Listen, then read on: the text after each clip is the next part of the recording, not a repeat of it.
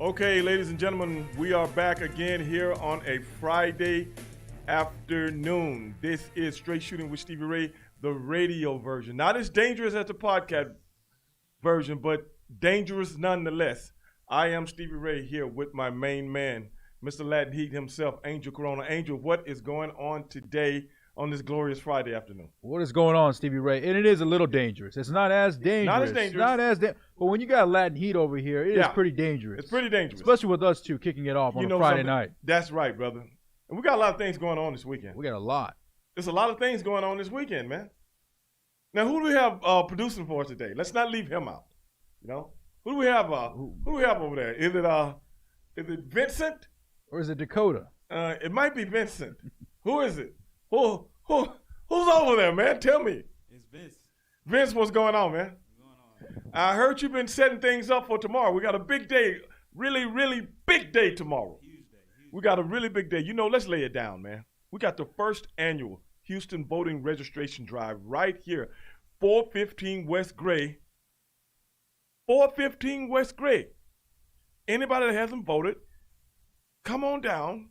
Brother, we got a lot of stuff going on. Angel, are you going to be here? Man, I'm going to be here. You know, I'm actually registered to vote, but right. But I'll definitely be here. It's from 4 to 6. It's the first annual. It's in the heart of downtown, the heart of Houston. Right. Right here in Midtown. So Midtown Bar and Grill. Yeah, Midtown Bar and Grill. Don't forget about that. That's where we are, ladies and gentlemen. That's where we reside. Midtown Bar and Grill. Excuse me. I just got through drinking a protein shake. I think it's coming back up, man. You know, but Stevie Ray I got to drink a lot of protein, man. Was that like 50 grams of protein in your shake? No, man. That's for babies.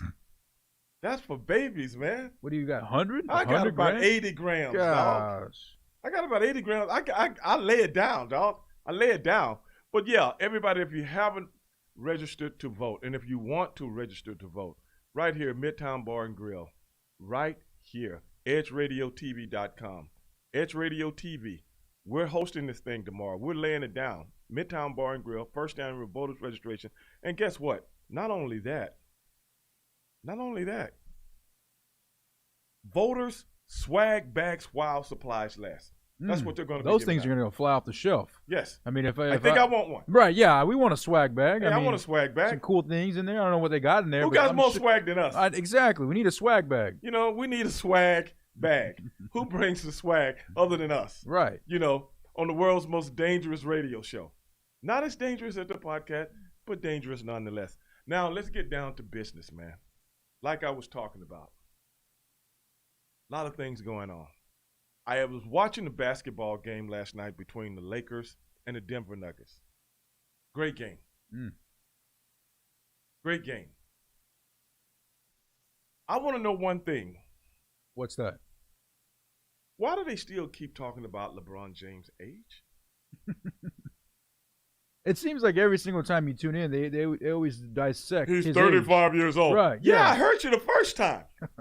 They'll say it in the first quarter. I feel like Wyatt Earp on the movie Tombstone when the guy kept saying, "Yeah, law dog don't go around here." What did Wyatt Earp tell him? Yeah, I heard you the first time. What's with that, bro? I don't know. I mean, I don't know. Maybe they're just like astonished by his age and how athletic he is. But I mean, LeBron James has been in the game for a long, long time. 17 years. 17 years. I mean, he came straight out of high school. Straight out of high school. I mean, it was kind of good that he came out of high school because his body didn't have to go through those college years. I mean, a lot of those guys. Nobody goes to college anyway for no more than a year. Right. That's true. That's true. I mean, LeBron James was just a millennium man that probably saw what was going to be happening the next 10, 12 years from now anyway. So I might as well do it now. Might as well get paid. I might as well do it now. Yeah. I'm not going to wait on millions. I'm going to go out and take them. LeBron James is not a Bunny and Clyde. He's not a Clyde Barrow like some people that I've talked about on this very show. He's not a Jadeveon Clowney. You know, he's not. He's only been injured once. Right, and that's the crazy part about his whole career. I mean, he hasn't really dealt with like a torn ACL, a torn Achilles, a pec that, you know, ripped up or something like that. I mean, this guy's been pretty healthy. Dog, can you? I don't know what they feed him at home or what he. What I'm telling you, this guy is a millennium man. This guy is inhuman. This guy is almost immortal. a deity, if you will. Don't worship him or nothing like that, but as far as basketball goes, I've never seen anything like this before. I mean, yeah, because if you think about it, I mean, when was the last, let's say, 35 to 36-year-old playing at this level? Playing at that level. I mean, typically they're on the decline. I'll tell you who it was. Nolan Ryan. Nolan Ryan eating hot dogs in the dugout, drinking a couple beers. I seen him beat a man up at 42, 43. He beat a young guy up in the middle of the baseball field. What about that? Yeah, you got to give credit for that. Oh yeah, that's definitely some street cred. Yeah, some street cred. You little young dude, you run up on me. What did he do? Come on over here. Come on in here. He got the fist. He grabbed him in the headlock. He started beating him down. Right, because the young guy didn't know anything about that. It's an old school move. He thought the guy was going to put his scoops up. He said, no. I'm going to give you a little noogie. Come on in here. Come on. Whoa. Yeah. Little by little. Step by step. Inch by inch. And he just used all of that young guy's emotion against him. Right, yeah. It kind of turned the corner on him. Yeah. Maybe that's the last time. I mean, Kareem Abdul-Jabbar wasn't playing at this level. Mm-mm. I mean, he was still playing at a high level. But it was the Magic Johnson show. Right, it was the Showtime. Along with a whole lot of other guys. And people can talk about what they want with Michael Jordan. Michael Jordan didn't play like this at an advanced age. I mean, you even look at the guys. Right, you look at the guys who got drafted with Carmelo Anthony. I mean, he's still in the NBA, but he was done 5 years ago. I mean, he's coming off the bench. He's scoring. You can get a good 15 minutes out of Carmelo, and that's it. And then, look at Dwayne Wade. I mean, Dwayne Wade retired, a year ago. Yes, body just demolished. Right, yeah. And the man should have retired 3 years ago. And that goes to show. He was still trying to pick up that last paycheck. That last paycheck. Right. I mean, look. I'm not mad at him. Right. I mean, he went to, was it Marquette for, 2-3 years? Yeah. So, I mean, that has a free toll, if you want to say, because you're not getting paid. Right. So, LeBron but James. Right before LeBron left, his body was breaking down. Yeah. What I'm trying to inform people is this. I have never seen an athlete in his mid-30s, closer to 40 than he is to 30, play at a all-time great level, a high level, like this human being. I've never seen that. And you look at the game of basketball, you can't just hang out. You can't be a pitcher. Right. You have to run the court. Yes. I mean, you have young talent coming in every single year that are grinding, that are trying to take away that. LeBron has a target on his back every single night. Man, every single night. Jim Cooley said Robin Ventura. What? Wait a minute. Robin Ventura was good. Yeah. But what I'm saying is, you are still maybe Serena Williams. How old is she? 38. 38. Well, people still consider you the best in the world at what you do in an advanced age. Not even Tiger Woods. No, not even. I mean, if Tiger Woods hadn't got beat up by his wife, maybe. What about that? The car and the wife. Yeah, I forgot about that. And the tree. Was it the tree or was it like a palm tree or something, right? Yeah. Was it the tree or fire? Trump, a fire hydrant? Yeah, it might be in a fire hydrant. What about that? Yeah, probably both of them. Yeah. I mean, this guy lost it overnight. You ever seen anything like that? It's funny because you never heard about Tiger Woods inside the news. And then this one night popped up and you're like, what? Tiger did what? Yeah. With what? With but then after that, he was nothing anymore. Yeah. I mean, he just faded to nothing. Right, yeah. You ever heard anything like that before? It didn't happen like his body like a snap. Yeah. Yeah, his whole mind broke down. I guess she must slap pretty hard. Wow. She probably had that 30 grand carat of ring on her and just smacked him. Hey, Mama, why are you beating Daddy up? What did he do? We're role playing, baby. We're role playing. Robin Ventura was good though. Yeah. Yeah. Robin Ventura was a lot of guys in baseball were good. But you think about but baseball, I mean, no discredit to those guys, but basketball, I mean, you gotta run, you gotta jump, wait a minute. You gotta be super athletic. Right. Javon says Lawan fake champ. Who's Lawan? I guess he's saying that's like some kind of synonym for LeBron or something like that. That's what he's trying to say. LeBron. Yeah, fake champ. How the hell can you be in a sport whereas you earn what you keep and be fake? Lawan, explain that to me. Right. Not only do you have I mean that's give me the edification on that. How in any professional sport, whereas this ain't pro wrestling, okay? This ain't pro wrestling. Sorry to break your bubble. Yeah. Well, you have to earn everything you get in the sport, and you call them fake. You know. How did no, I'm talking about Javon.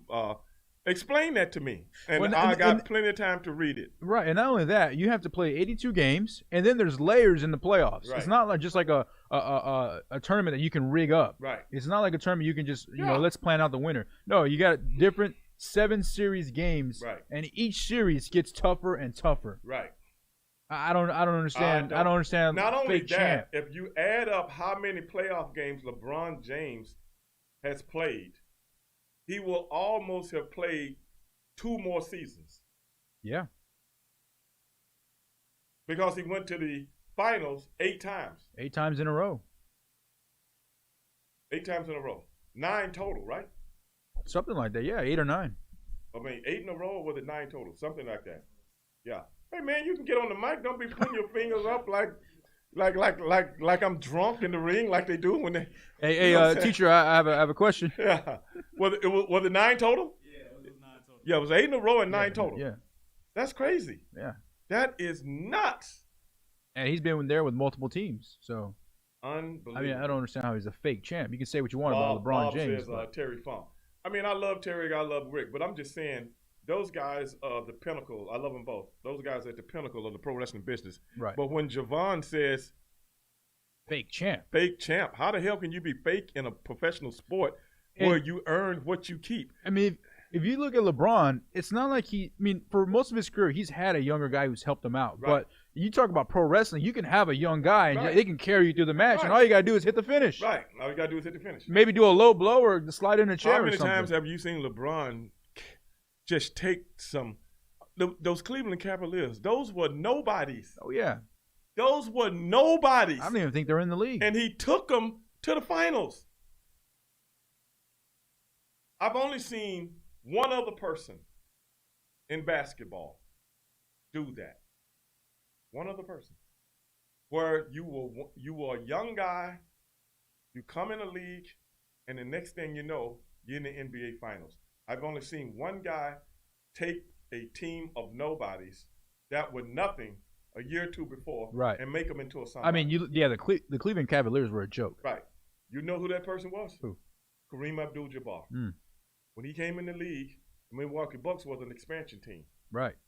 Within 2 years, they're in the NBA Finals, and they had the best record in the league. I've never seen that before. I mean, that was the first time back then I didn't think about it in those terms. Right. Because Michael Jordan never did it. Magic Johnson came to a pretty good team. Larry Bird came to a pretty good team. LeBron James came to where elephants go to die. Well, they send you your retirement letters. You ever seen a lot of elephants? You don't know where they go, but they just say, hey, man, it's about time for me to die, and I just walk off. And, that's what they send. Even in football, that's what they send you. That's what they send you to die. Odell Beckham is dying right now. Oh, no. We got to get him a trade. Yeah, we got to get him a trade. I can see his headstone right now. Yeah. That's why he dyed his hair blonde. Him and Manziel are about to die off. Well, my boy said Jerry Rice. Jerry Rice did play till he well into his 40s, but when he was 35, 36, he wasn't considered. Matter of fact, when he left the 49ers, T.O. was a better receiver. If you remember that, Bob. T.O. was a better receiver.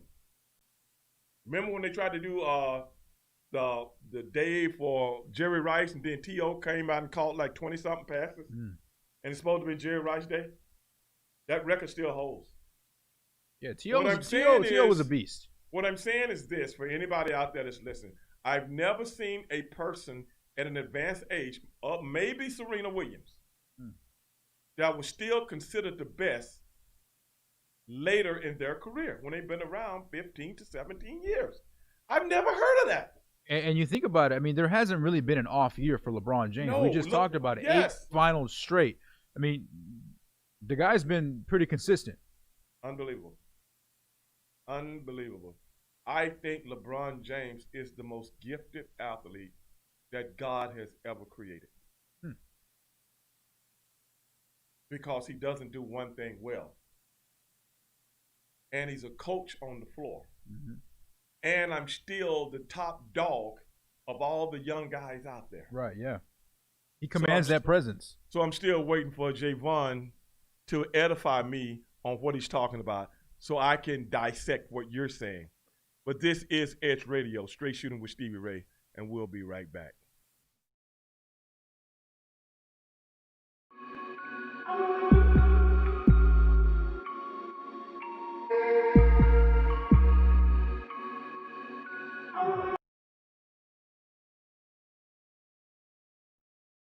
大家好，我是傅凯，这是我的好朋友 Chris Holland。 I'm Chris Hollins, your Harris County clerk. Yes， 9月26号礼拜六下午4点钟以后，你可以到我们这个 Midtown Bar and Grill， 这是城中间有一个酒吧，我们大家来庆祝，我们可以来做选举，可以就是 register， 也可以注册，然后选举，然后我们有一些画展，有些音乐表演现场。所以大家不要忘记了，最好赶快来参加我们的这个很好的节目，还有很好的意义。所以大家可以一起见面谈一谈选票的事情，然后的话，大家可以享受音乐、食物，还有画艺术这方都集中在一起呀。不要忘记了，9月26号礼拜六下午4点钟以后到10点。Hope to see you there. Yeah， 谢谢。We work our whole lives to support our families. With one accident or illness, it can all be gone in an instant. Now there's a smart, affordable way to protect your family. Go to findhealthbenefits.com and discover low-cost life insurance for as little as $2 per month. Add to that a tax-deferred annuity that can help you protect your assets and grow your money for retirement. Learn more. Go to findhealthbenefits.com or call 877-235-6094. A critical illness can strike without warning and wipe out your life savings. In fact, it's the #1 reason for bankruptcy. Find Health Benefits offers an affordable solution. Get up to $50,000 if you get cancer, stroke, or a heart attack, giving you the peace of mind to focus on getting better while the plan helps you to pay your bills and medical expenses. Learn more. Go to findhealthbenefits.com. or call 877-235-6094. 66% of seniors spend more time shopping for cable TV than Medicare plans. Most say because it's just too confusing. Laws change every year. The wrong plan could cost you thousands and prevent you from seeing the doctors you want. Introducing FindHealthBenefits.com. Save time, save money, see specialists without referrals. Go to FindHealthBenefits.com or call 877-235-6094 for this informative brochure. Society is on the edge. Let's bring them back. Edge Radio.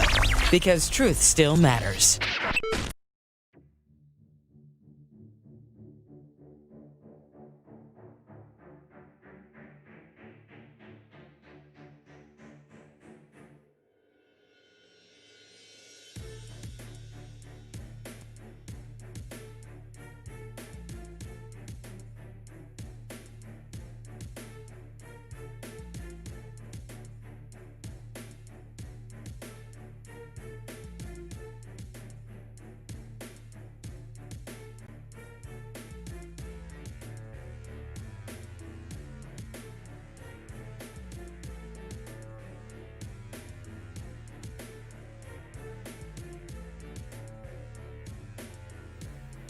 Okay, we're back again, Straight Shooting with Stevie Ray. I'm with my man, Angel Corona, right here, Edge Radio TV.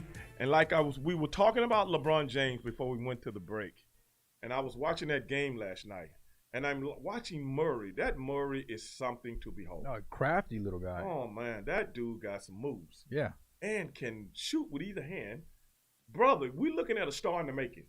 Oh, yeah, definitely. I mean, he's what 23? 23. 23, if I'm correct. You're right, Vince? Something like that? Yeah, I mean, he's just a few years older than LeBron James' son. Right, yeah. Can you believe that? I mean, the guy. LeBron James told the coach, I got him. I got him. Right, yeah. Remember how he did Paul George? And remember how he did Kawhi Leonard in that game before the coronavirus started? When he told the coach, I got him. Mm-hmm. He knows when it's time to lock down. Yeah. He knows he's like, this was Marshall Dillon lockdown. You know, the sheriff just got you. Right, yeah. You ain't going Closing down all the streets. You ain't going nowhere. I'm like, goodness. You ever seen a man 260 pounds, 6'9", that can move like that? It's insane. I mean, to me, I still don't understand it. And they said Michael Jordan would beat LeBron James in a one-on-one. You're 199 pounds, dog. This dude's 260 pounds. Yeah. With shoulders like Hercules Hernandez. And what a lot of people don't see, they never see LeBron James' legs. This dude look like he squats 600 pounds, man. If you ever see his legs. Right, yeah. The dude legs, his thighs. His thighs are like Shaquan Barkley. Yes. I mean, they're thick. That's why I call him a millennial man, man. This is a different kind of dude, man. And I honestly believe LeBron James, and I ain't never been the biggest LeBron James fan. I've always been a fan. Right. But I'm a fan of greatness. I'm a fan of things I've never seen before. I've never seen anything like this before, man. Never seen it. And I've been watching sports since I was 5 years old. I've been watching basketball since I could crawl. I've never seen anything like this, man. Not at this level for so long. And you hear these announcers wanting him to fail. You hear them. He's 35 years old. Don't know if he can play defense. You know, he doesn't play defense anymore. You ever heard that one? Yeah. You don't know. LeBron James, don't know. He doesn't have the stamina. What? What? What planet you living on, man? I took this little 23-year-old dude and I became his father. Yeah, right. In one play. Hey, I'm your father tonight.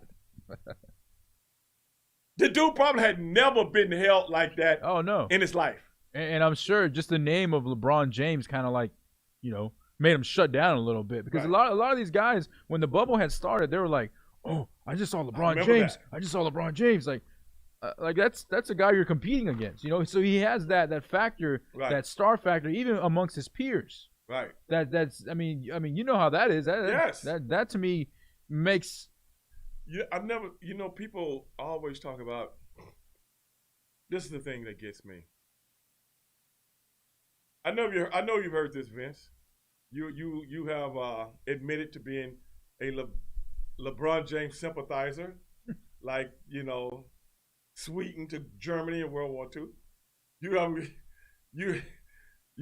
have admitted it that you're a LeBron James sympathizer, not a hater. My boy Jimmy Tibbs is in the house. Me and Jimmy do a show on Monday night. Shout out to him. Now I know you've heard this, Vince. LeBron James doesn't have a killer instinct like Michael Jordan and Kobe Bryant. You know what behooves me? If I was talking to any guy on television that said that, you know what I say? What's that? How would you know? See, this is the thing, man. And stay with me on this, Vincent. What people don't understand is this. When they compare LeBron James to Michael Jordan. Michael Jordan was a great basketball player. We had never seen anything like him when he came along back in 1984. We saw him in college at North Carolina. You know what I'm saying? But look who he played with. Look at the guys he played with.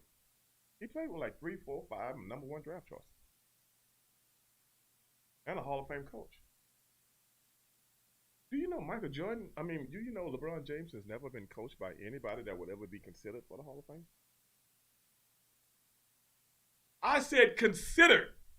When the ballot comes out, the guy's name is nowhere to be found. You gotta write him in. Other. Another. Neither. Either. Am I the only one thinking about things like that? This guy comes out of high school and right away, within a year, you can see, if this dude get any better, goodness. This guy gets a jump shot. They said that for a while. Right. If LeBron James can get a jump shot, then his game can be excelled in. What about this? Look at how the game was played in the early 2000s as to how it's played now. The man has had to evolve with the game. With the generation, yes. The new generation. A bunch of guard play. Right. Okay, I got to do that. I'll do it. Okay, I got to do this. I'll do it. That is what I call a millennium man. Who else has ever had to do that and do it on a high level? And I'm gonna do it better than anybody else has ever done it. Who's done that? So we're just gonna leave that out. Then people will put this up. Michael Jordan led the league this many times in scoring. Michael Jordan was all defensive team. Michael Jordan did this, blah blah blah. But look what he did. How many years did he play? 8 before he ever even went to the finals. LeBron James was in the final at what? 23? 22? A baby. Look, see these old men behind me? That's what he said. Hey, you old guys, you old college guys. Right, yeah. You know what I'm saying? Been out there doing all kind of, staying up all night, fornicating with every woman that you see, in the hotel, Hey, there's a big margin. What? And then, if you look at any sport, whether it be baseball, football, the athletes are just better. Right. Everything is better. So when it comes to basketball, all of a sudden everything stopped in 1998. So when you try to compare these guys today, guys yesterday, I want you to go on YouTube. I want you to cut your YouTube on if you got Wi-Fi, I want you to look at a basketball game from 1988. You might fall asleep. Yes. I mean, just the skill set overall is way better. I mean, these guys are starting even nowadays they're starting at 4 years old. Yes. I mean, they're having training and after school programs and this and that, personal coaches. Exactly. I mean, these guys who have money have personal coaches. And I mean, in basketball, this is every sport. Yeah, this every sport. It's not just basketball. What I'm saying is, if the Chicago Bulls had stayed together, okay, if they're advanced age, what the San Antonio Spurs would have did to them the same thing they did to other teams that had just gotten old. Because they had just got old. Father Time doesn't wait for anybody. It is only one person I've ever seen defy. He defies Father Time. That's LeBron James. I don't know what this dude, like you said, I don't know what this does is a genetically gifted individual. Genetically gifted. Yeah. I mean, people can say Floyd Mayweather. Floyd Mayweather didn't go up against top competition, and he never fought a young guy. Right, and Floyd Mayweather kind of handpicked his opponent. Where in basketball, you can't handpick your opponent. It's kind of whoever wins. That's what I'm telling Javon. And you typically the cream of the crop rises. Right. So whether you're in the East or the West, and you fall off the cliff. You seen Tom Brady for the past 2 weeks? What was it 3 touchdowns? No, I'm talking about last year. Oh yeah, his numbers have gone down. Yeah, his numbers have gone down. And they've done everything to protect this guy. He's done everything to protect. And I'm telling you right now, year before last, when they went to the Super Bowl, they actually had lost. The Kansas City Chiefs outplayed them. It wasn't for the one guy jumping offside or lining up offside. That game was over. And he got to go against the Rams and a young quarterback that folded under the pressure. Remember that? Yeah. Jared Goff, he just folded under the pressure. Yeah, they scored what, 7 points, 10 points, something like that. Something like that. And Tom Brady and them didn't do nothing all game. If that had been the New Orleans Saints, they should have been right there. Outside that pass interference, that was not called. They would have ate them alive, bro. Oh, it would have been a blowout. So it is what it is, man. And when it comes to LeBron James haters, only an idiot like the Skip Baylesses of the world.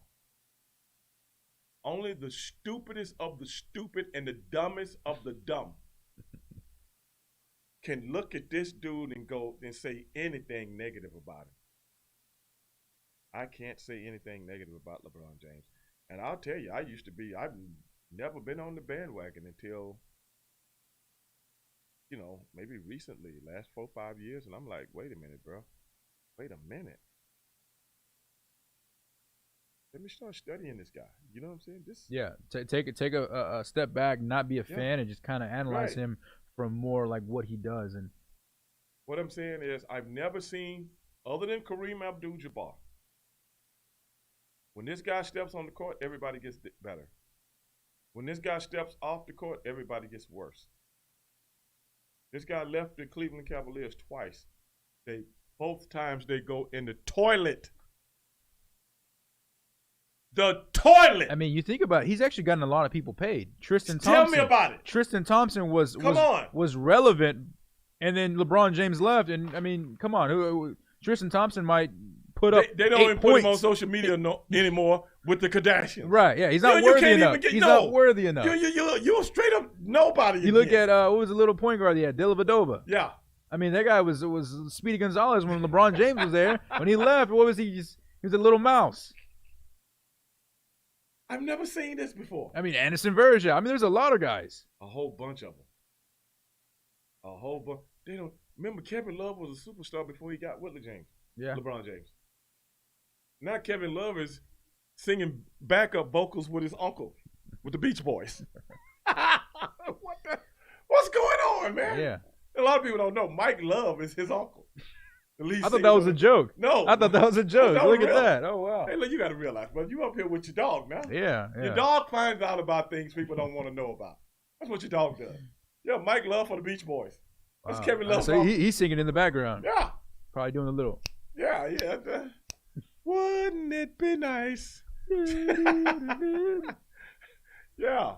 This is real talk, man. We don't make this stuff up. We just tell it like it is.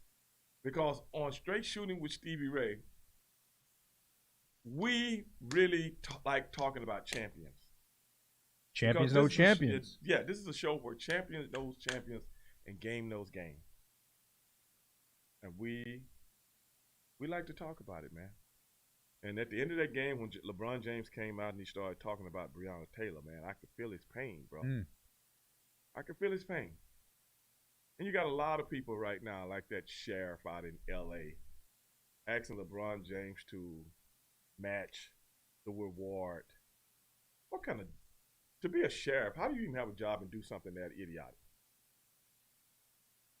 How do you do that? But yet you said nothing when the very people that work for you take pictures of Kobe Bryant and all these people that died and sold the pictures. Right, sold the money, sold the TMZ and all the videos and whatnot. What a scumbag. I mean, you're lower than low. You're lower than... Smaller than an ant. That's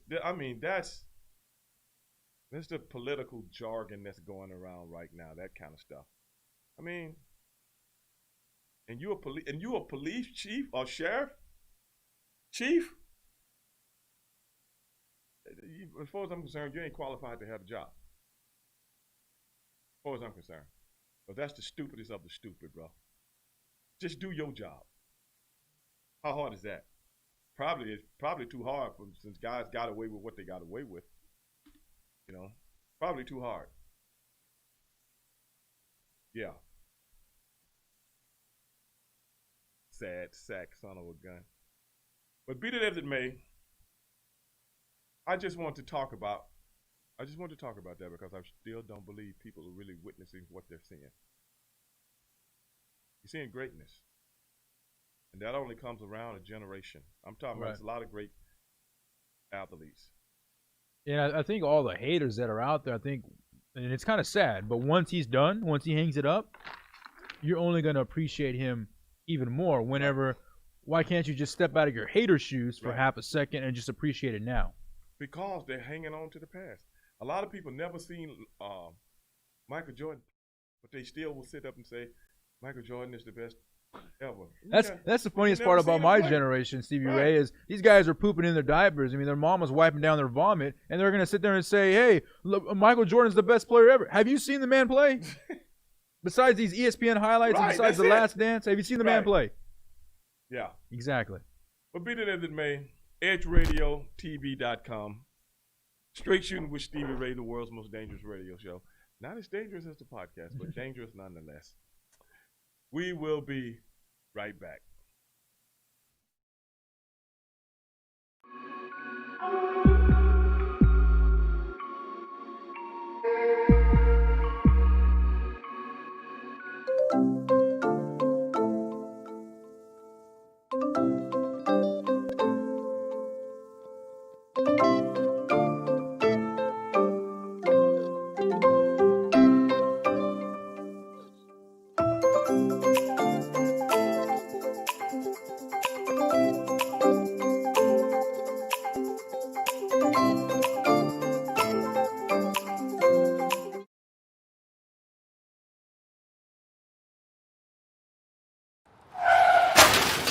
We've been out of control since we got hit back in March 2020. Mortality rates keep climbing. Infection rates go up and down and then back up again. How long will this go on? No clear answer. Will a vaccine even be effective as this virus continues to spread and to mutate? No clear answers there either. I'm a trained nutritionist, herbologist, personal trainer, behavior modification, and stress sciences expert. I'm also a COVID-19 and pneumonia survivor. I've watched the continuous wall-to-wall news coverage, and while yes, wearing a mask and social distancing are crucial now, you're not being given important tools that you need in order to fortify your first line of defense, your best line of defense, which is your own immune system. What's going on here? There are simple, affordable, and natural ways to help build your immune system to fight any virus or bacteria now, and it starts inside of you. That's why I need to invite you to join me for Beyond the Mask, an intimate talk about vital ways to immediately begin boosting your immune system. Are you worried about the potentials of a second wave? Are you concerned now that your immune system may not be strong enough? Let me show you now the changes that will allow you to optimize it. Let me show you how to maximize your exercise benefits in a 12-minute routine that you'll do every other day to easily increase your metabolism, strengthen your respiratory and immune systems, and give you better circulation throughout your body. Listen, sugar feeds both bacteria and viruses. Let me show you ways to kick that sugar addiction now and to get some weight off. Let me share with you keys to better nutrition that boosts your immune system. We are all under too much stress, and stress weakens your immune system. It single-handedly leaves you vulnerable to all kinds of health issues and infections because stress reduces your immune cell numbers and their ability to function. Let me show you tools that you'll easily integrate into your daily life now to naturally reduce your stress cortisol response. I also want you to know about some nutritional supplements that have been shown to naturally improve your immune system and your overall health. Since January, there have been over 700 studies released worldwide on the relationship between COVID-19 and vitamin D3 deficiency. You need to know why.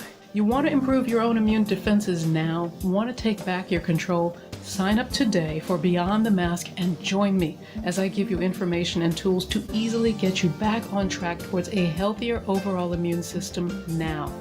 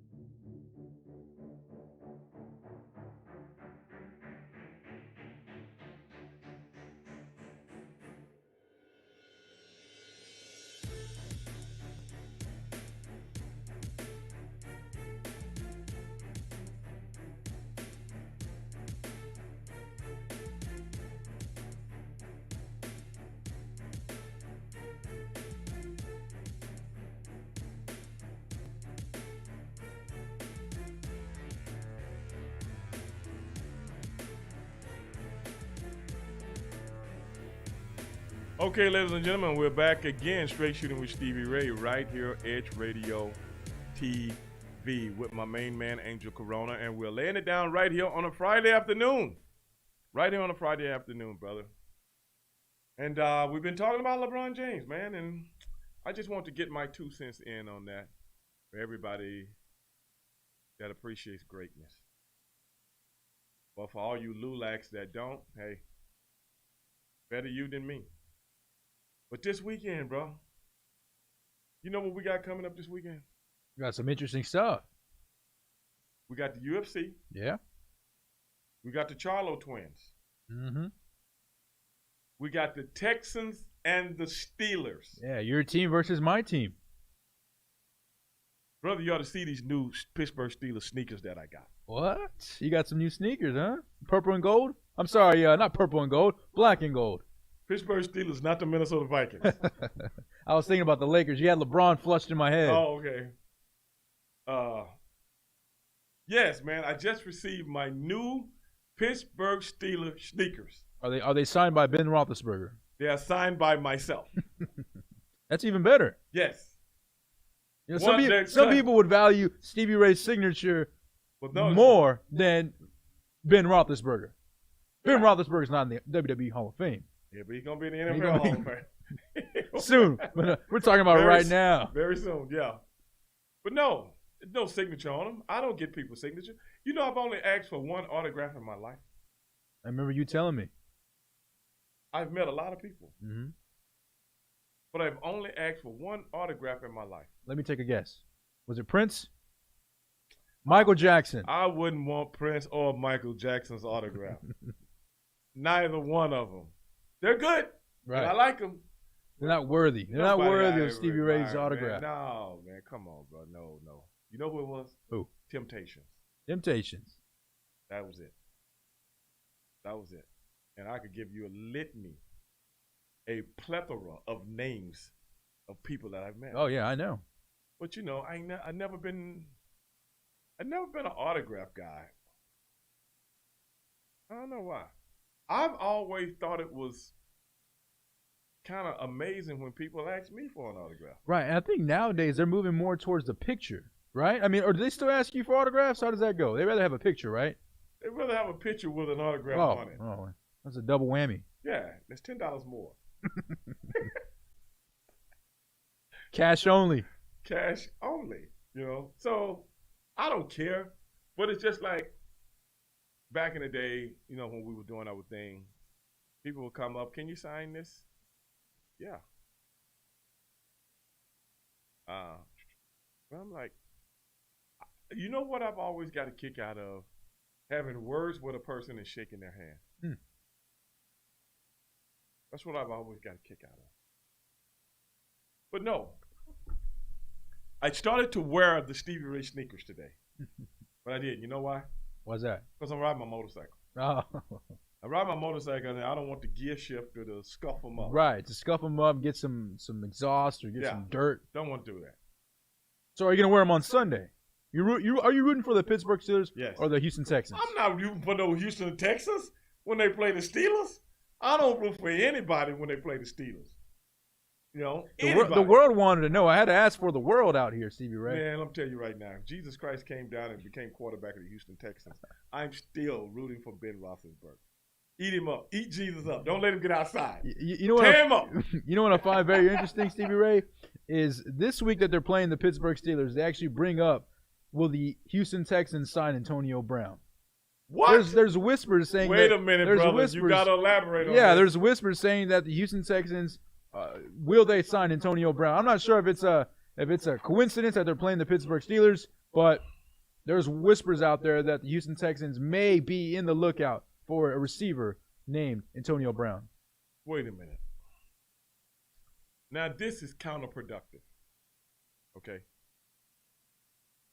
You let a DeAndre Hopkins go, and then you come in a live interview and say, I didn't want to give the talk that I gave to Aaron Hernandez. What? Now you're talking about bringing in somebody like a Antonio Brown? Right. Who's even, in my opinion, is even worse off the field than, I mean, DeAndre Hopkins had nothing off the field. Nothing. Just because he has a couple of baby mamas and some, some cool looking hair doesn't mean you gotta, get off. Tell the guy to get out of town. So it must have been deeper than that, which makes you a liar. Mm-hmm. Which makes him a liar. Because if that's the case, half the NFL will be out of jobs. That's right. And the NBA. Right? Yeah, you're right. And baseball in the 70s and 80s. Yeah, not today. Not today. Yeah, I remember Dave Parker having a situation like that, didn't he? Oh, no. It might have been Willie Stargell. No. It might have been, I can't remember. All of them. Yes. Too many to list. I'm just saying, man. Come on, brother. Come on. But it doesn't. But what you said, it does not make sense, because if you're gonna, claim that DeAndre Hopkins wanted too much money, he was an off-field distraction, which he was not, and you want to entertain the idea of bringing Antonio Brown, you just look like you're eating your own words. A hypocrite. Yeah, you look like you're eating your own words. You bring in, because I could have told you, if you get rid of DeAndre Hopkins, that your receiving core is gonna definitely take a hit. That's obvious. Right, and we're seeing it. Right. Yeah. And we're seeing what he's doing for Kyler Murray. You see the difference in Kyler Murray now? Oh, yeah. He has the number one receiver. Oh, go ahead and scramble, brother. I'm going to be there. I'm used to a guy that scrambles. Yeah. I come from I played with Dan Orlowski. I played with Ryan Fitzpatrick. I played with, 10 quarterbacks DeAndre Hopkins played with. Right. I mean, and the guys now having with the bottom of the barrel. I played with him. Right. So what do you think about this Antonio Brown? You think the Texans? I think if you're bringing in a guy that was so into himself that you just throw away $30-some-odd million, you got a problem, bro.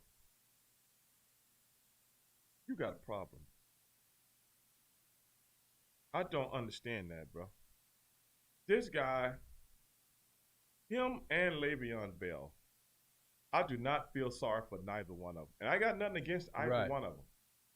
But you two suckers didn't know how good you had it.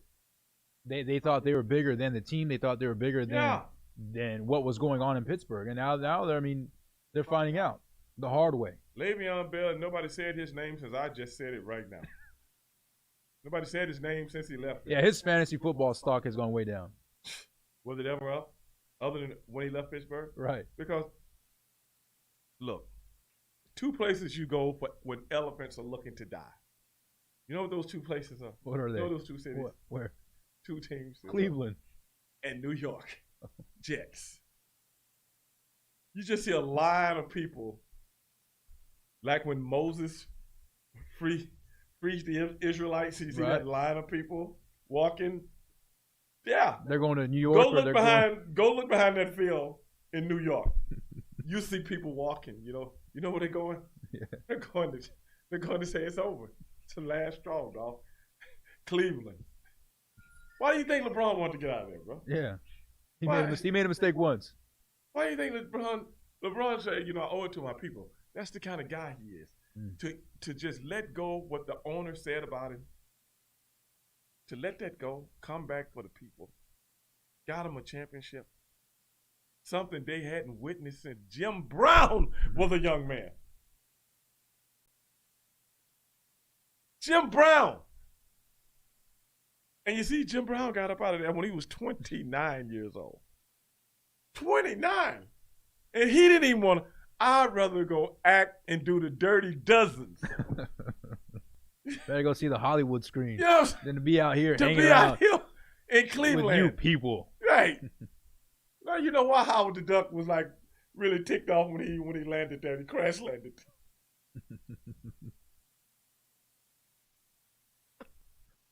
Only in Cleveland, man. Unbelievable, bro. Man, the world is crazy, man. The world is crazy. Oh, God. But that's what I'm saying, though. Antonio Brown, Le'Veon Bell, brother, y'all just don't know how good y'all had it. When you playing with a Hall of Fame quarterback and a top coach and top GM, top organization, you're not going to get overpaid, bro. Mm-mm. We didn't get to be where we were by sitting at the bus stop. In essence, we will always find talent. We're good at it. They've been doing this for a long time. A long time. You don't go to 8 Super Bowls because we don't know what we're doing. Right. There's a system involved. It's a whole bunch of people that know what they're doing. They know. Most of the time. The top teams don't stay good all the time. Mike Tomlin ain't had a job for 11, 12 years because he don't know what the hell he's doing. Not in this league. Mike Tomlin had the lowest of the low when it comes to quarterback play last year and still almost make the playoffs. Yeah, well, they're like a game away from making the playoffs. One game away. With Duck Hodges and Mason Rudolph, a man who should be, in my humble opinion, arrested. For impersonating a quarterback. For impersonating a football player. Oh, a football player. There we go. He couldn't even be a punter if he tried to. He couldn't even be a kicker. I mean, you kidding me? What kind of royals? And one of my favorite groups of all time is called Steely Dan. They used to have an album. You know what the name of the album was? What's that? The Royal Scam. That sounds like Mason Rudolph. Yeah. The Royal Scam. Hall of Famers. Steely Dan, love him to death. Mm-hmm. 2 guys made all that music. 2 dudes. Walter Becker and Donald Fagen. 2 dudes made all that music for so many years. Right. And one of their best albums that I've got downloaded. You know what the name of that album is? I'll tell you again. The Royal Scam. And you know when I listen to any songs from the Royal Scam, do you know what I think of? You think of number 2, Mason Rudolph. This dude is horrible. Hold on, let me ask you a question then, Stevie Ray. Dude is horrible, man. Do you think the Pittsburgh Steelers, do you think we see Mason Rudolph this weekend? Let's say the Pittsburgh Steelers blow out the Houston Texans in a game where it's not even competitive. Do you see Mason Rudolph? What would you do if you see Mason Rudolph go in the huddle? Well, I tell you, I've just changed the channel. I tell you that. I don't want to see Mason Rudolph warming up on the football field. I don't even want him out there. You don't want to see him giving Big Ben a towel or Big Ben a fresh drink of water? I don't want Big Ben in the presence of people the Royal Scam. That are not worthy. Because I don't want any of his aura rubbing off on you. I don't want that. I can't have that. I don't want Big Ben to look at him even in the quarterback. Right, yeah. In the quarterback meetings. Sit outside, kid. Sit outside. No, don't even speak to him. Let him in, but just sit over there. And just tell the coach, who the quarterback coach, I don't want this dude near me, man. I don't want his want his bad aura. juju. No. The dude is a walking slep rock. Come on, man. Dude is a walking slep rock. What is a walking slip rock? That's what he is, man. Man, that's I'm gonna have to just Google that bad one. Stuff happen to him on a daily basis. Wow. And you know what else? What's that? What was the kid name that played college ball with him with the Steelers? Number 13. Is that Washington? Washington's 18. No, Washington's 13. Yeah. Right. He played. Have you noticed? The other kid, was it Johnson? Yeah. It's been playing Deontay Johnson, yeah. It's been playing more than him lately? Yeah. Because who did that guy train with? Who did Washington train with? Who did he come up with? Mason Rudolph. That's a bad quarterback. Now you see what's happening? Slowly but surely, that walking slep rock and that aura has... Remember they was talking about this guy emerging as one of Ben's top favorite guys. Right, remember that? Yeah, because he's a fast guy. I mean, he was known for a while to throw the long ball. He's a speedster, kind of like Will Fuller. Where is he? I don't know. I'll tell you where he is. He's on the team. Right. Slowly but surely, they're working Johnson in and working him out. Yeah, so Johnson's clearly being the number 2. And the kid from Notre Dame eventually is going to be a starter. You mark my word. Mm-hmm. Those are going to be the 3 receivers. It's going to be Juju, it's going to be Johnson, and I can't think of the number 11. I can't think of his name. Those are going to be the top 3 guys. You mark my word. I know the Steelers, and I know what Big Ben likes. I know what he likes. Big Ben has made more wide receivers multi-millionaires than any other quarterback in the history of the NFL. More than Tom Brady. Matter of fact, if you play for Tom Brady, you probably got a salary cut. For the first year, and then you got to go somewhere like Miami and get a little bit of a guarantee. Yeah, until they figure out what's up. Until they figure out you can't play football. Right. You can't catch. Where's Chris Hogan?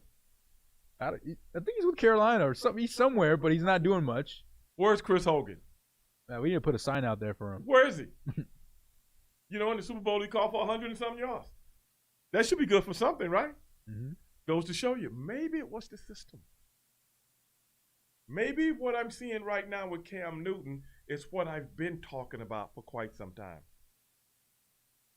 Did Cam look? Oh, yeah. Cam threw for almost 400 yards the other night. Did you see that?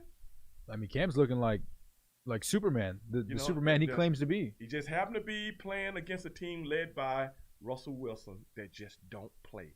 Them dudes don't play, man. Russell Wilson don't play. 5 touchdowns. Now, just if Cam Newton had been playing any other team that day, I think they would have won easily. Yeah. That Russell Wilson's something else, bro. And let's go over the teams that's playing. We've already mentioned that Slep Rock. So you give the Texans a 0% chance to win the game? No. I think the Texans have a chance. Really? It's just the fact that the Steelers' offense is not playing very well, but that defense, yeah. That defense, that T.J. Watt. T.J. Watt should have been defensive MVP last year. And what's his Dupree?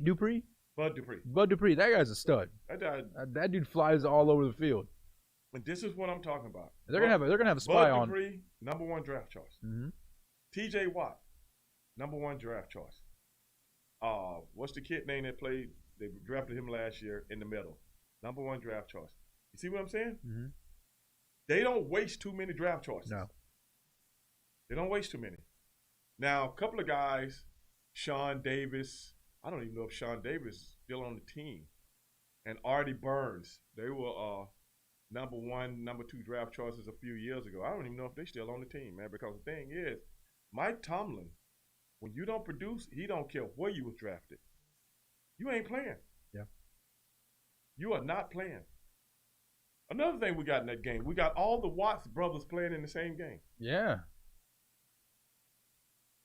Let's see who's going to make more of an impact. I mean, JJ's been pretty quiet. Yeah, I think he's had, 2 sacks? 2 sacks, something like that on the season? Didn't help him, though. Right.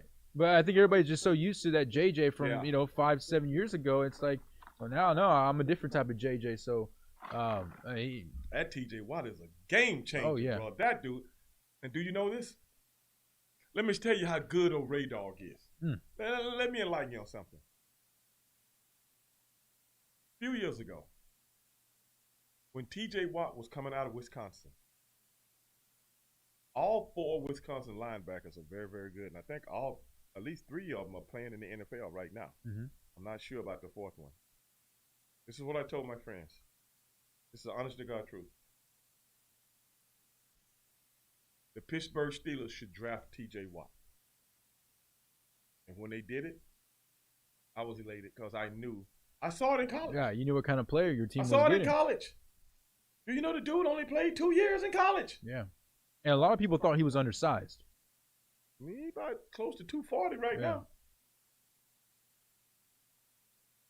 Skill-wise, you ain't going to find better. No. And smart. Yeah, his mental game. This dude, he don't make no mistakes, man. No. You beat him, but he's not going to beat himself. Like Jarvis Jones, who the Steelers drafted a few years ago, that was a straight-up waste of money. They could have gave that money to charity. Probably served a better purpose, huh? Man, Jarvis Jones, that's the guy they brought in to take James Harrison's place. Right, yeah. James Harrison could have been 45 years old, and I still would have had him out there playing over Jarvis Jones. Then they let Jarvis Jones go. Do you know he never got picked up? You were the number 1 draft choice? He's probably on someone's practice squad. No, he isn't. No, he's not. Yeah, he's probably in the XFL, NFL. I mean, the I think he's in the CFL, playing in Australia, playing some rugby. Look, man, they didn't even bring him in for a tryout to the team. Oh no, where you go to die. Oh, they didn't even bring him to Cleveland. They didn't bring or him the to Jets. Oh, what you know it is a crying shame. Right, because they need any help. They need all the help. You don't get on one of those rosters. This is a crying shame. Well, we got the Panthers and the Chargers. Who you got? What you think?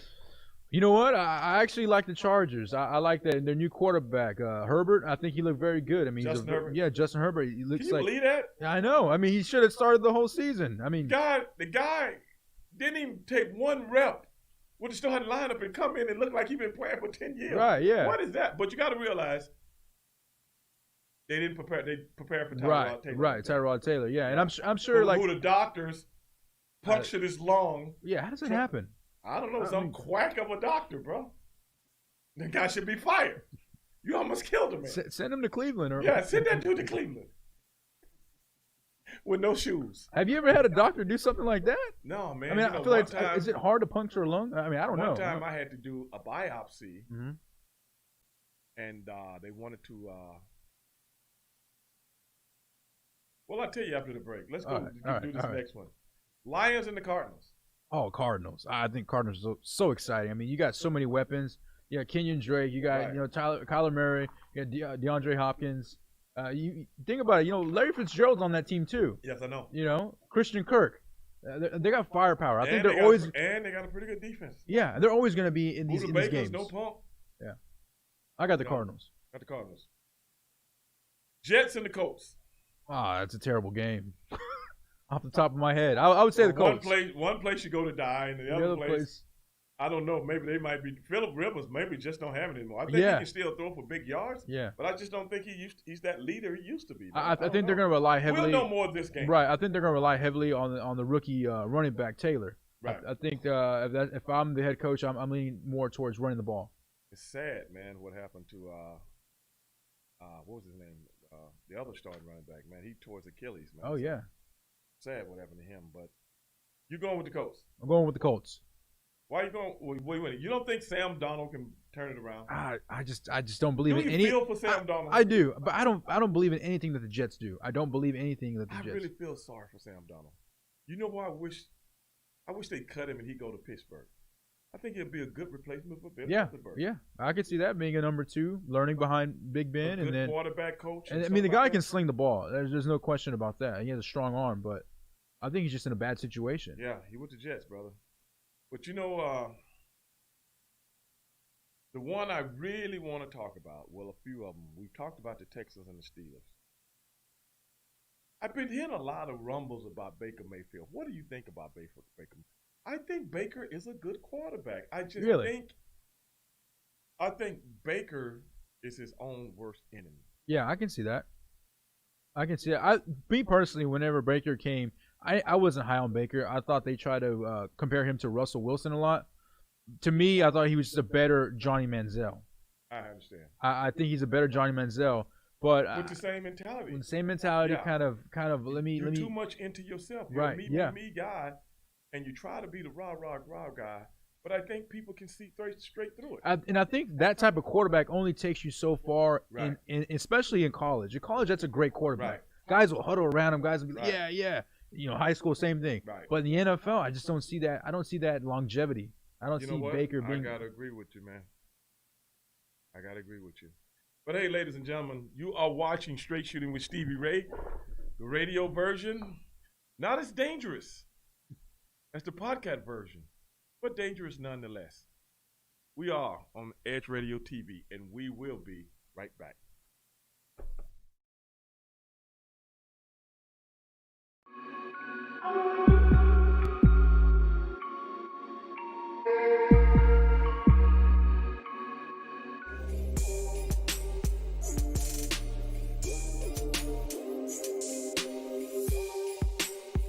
And we're back with Athletes United Experience on Edge Radio, and where truth still matters. As a side note, viewers, the Art and Jazz Fest voter registration drive, and as we talked about this earlier, will be held right here at the Midtown Bar and Grill, September 26th, beginning at 4 p.m.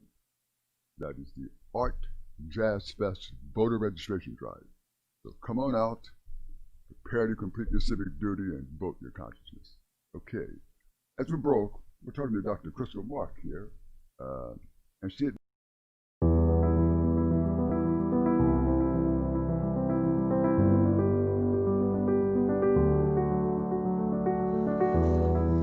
Between the ages of 0 and 5, a child's mind is very impressionable.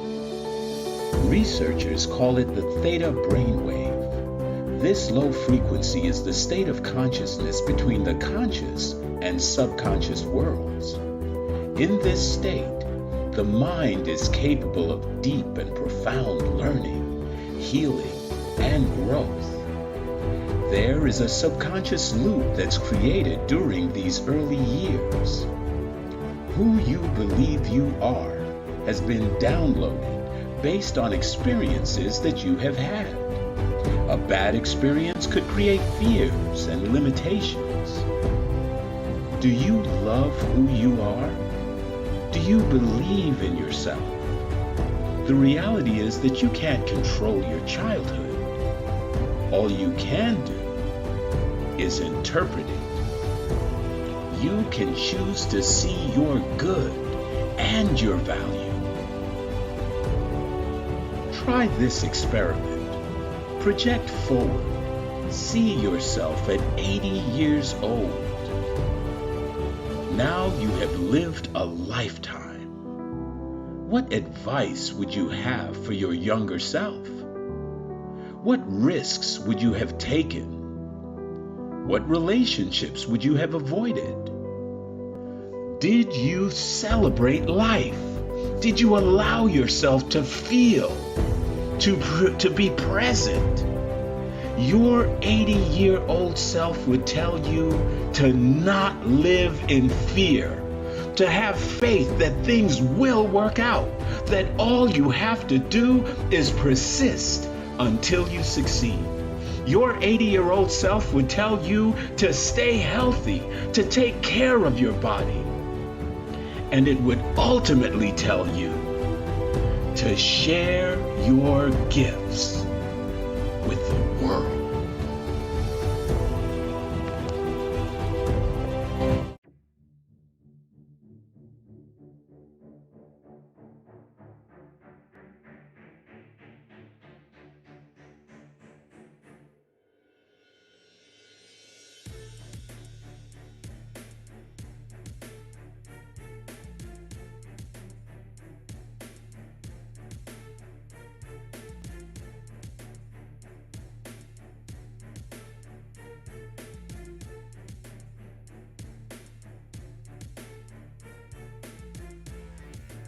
Okay, ladies and gentlemen, we are back again right here, Straight Shooting with Stevie Ray, Edge Radio TV.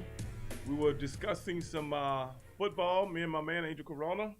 Angel, I got a few more games to go to. Let's do it. But before I go to those games, I got to remember to tell everybody, first annual Houston voter registration drive. First annual, right here at the Midtown Bar and Grill, 415 West Gray Street. That is 415 West Gray Street right here in Houston, Texas. Come out if you want. Some of you young people out there really need to start, getting your hands mixed up into a lot of these things like what we call voting so you can make a change. That is the one way, instead of thinking about making a change, that you can make a change. Whether it be on a local level, whether it be on a state level, whether it be on a national level. Voting is the way to make change. And don't forget that. You tell them Stevie Ray told you to get down here. We got some art things going on. We got food going on. We got swag bags being given away. It's going to be on, ooh-wee, like a steaming pot of neck bones. So come down. You might even meet me. I might even show. You know what? You might have to pay $10. You might have to pay $10 for a signature, but you're going to meet Stevie Ray. No, not on the voting day. I might waive. You might waive it for the political pancake. I might waive $5. Yeah? Yeah. I can see that, yeah. I can load up on $5 bills. Yeah, $5 bills. No, but I'll run to the bank and make sure you get your $5 bills ready. No, but I'm going to. I'm probably going to come through later on. I don't know if I'm going to be up here early, but I might come through later on, just to show our face, man, because we are part of the Edge Radio TV family. I think I'm going to stop by with you, Stevie Ray. I think I'm going to stop by. Maybe grab a couple of good food. There's some good food here. Yeah. Good food, good drink. Right before the fight. Right before the fight. Now I think I'm gonna come a little. I might come up. Yeah. Come a little early, right? I might come at 6-ish, 7-ish. Okay. And then the fight started at 8-ish. So you're probably right. Yeah. Yeah. Then I go see the fight. Then I really go to some voter registration drives. You know what I'm saying? Right. Yeah. You know what? We should call Ronnie, man. Yeah. We should call Ronnie. Well, I wonder what he's doing right now. He's probably in the hotel. Wait a minute. They doing the weigh-in today. Oh, he should be at the weigh-in. Yeah. Where they're fighting in Connecticut. Somewhere in Connecticut. Connecticut. Yeah. So Ronnie should be either helping cut weight or I'll tell you what Ronnie's doing something. Right now. What is he doing? I think Ronnie just got through eating some barbecue hot wings. Okay? Some buffalo hot wings? Yeah. And then he probably went to his bed and he's probably What's that? He probably sleep right now, man. Yeah, Ronnie's probably out. Probably trying to catch up on that flight. Yeah. Was that with a good 4-hour flight, 3-hour flight? It's a good 3. Yeah. Good 3. Time change. Ronnie probably hit the sack. Hour ahead. Yeah. Charlo. So right now it's 7:25. Weigh-in was probably early today. Yeah, Ronnie probably just ordered some room service on the promoter. Right, yeah. Put it on that guy's tab. Yeah, he probably had a Miller Lite or something like that. Something light. Yeah. So, Coors Light. We need to call him, man. Yeah. You know what? We really need to call Ronnie, man. And see, hey, can we call through the system? Get somebody on the line through the system? Then what day can we do it? We need to be calling Ronnie Shields right now. So if somebody calls in, how can the people hear him? Well, we better get something going on because if people can call in, I have a zillion of them calling in on a daily basis.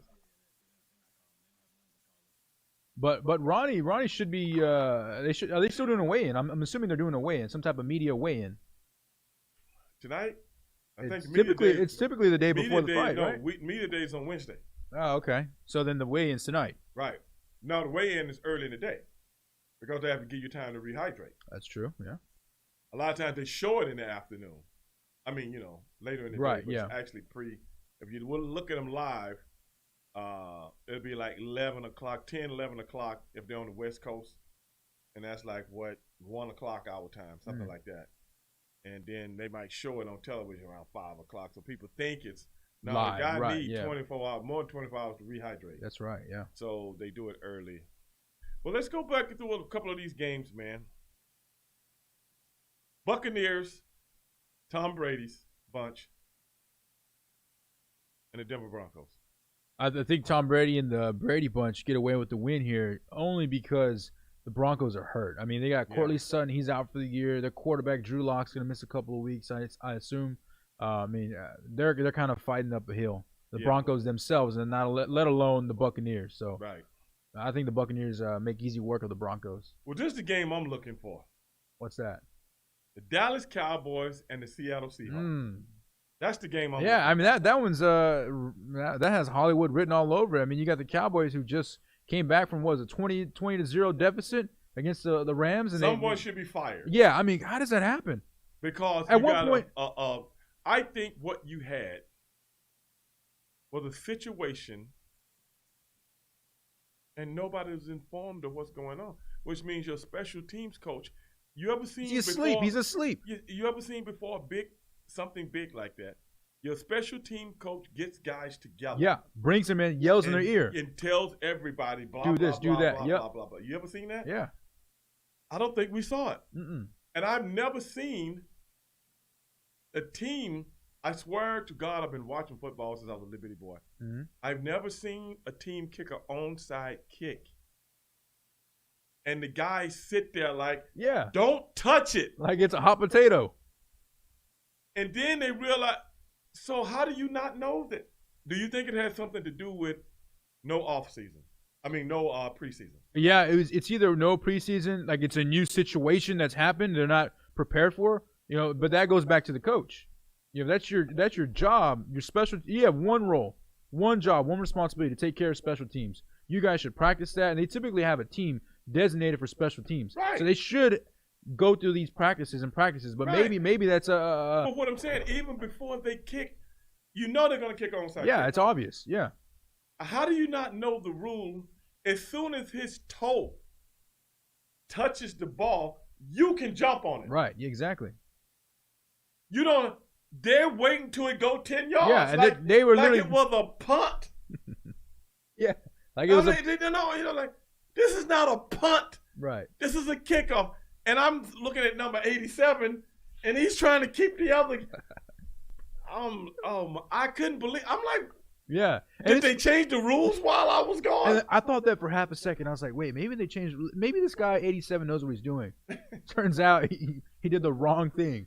I mean, that's why you have the advantage of an onside kick. Right. You can get it as long as you don't move before he kicks it. As soon as his toe touches, you can run up and grab the ball and take off running the other way. Yep. Because it's kicked, and they got to go as long as it's kicked. And then you look at it from the Cowboys' perspective. I mean, they had everything go right. It was like a written movie because what's the percentage on an onside kick? I think it's like 8%, maybe 6%. Yeah. I mean, they're making it harder every single year to get these onside kicks. When the ball never left the ground. Mm-hmm. How do you not jump on a ball that never left the ground. It's just spinning on the ground and moving like a slow magnet. gravity. Right, yeah. Maybe it hypnotized them. I don't know. Maybe they did a David Blaine or something. Maybe like the that. kick was so like on the ground that they didn't know what to do, because typically those onside kicks are, they'll hit the ball once and they'll fly in the air, and then you block, and then okay, you got a designated catcher. This one was just so it was like Bugs Bunny had a magnet underneath the field, like in Space Jam. He just kept sliding it around. 87's like no. Like 5 guys looking at the ball.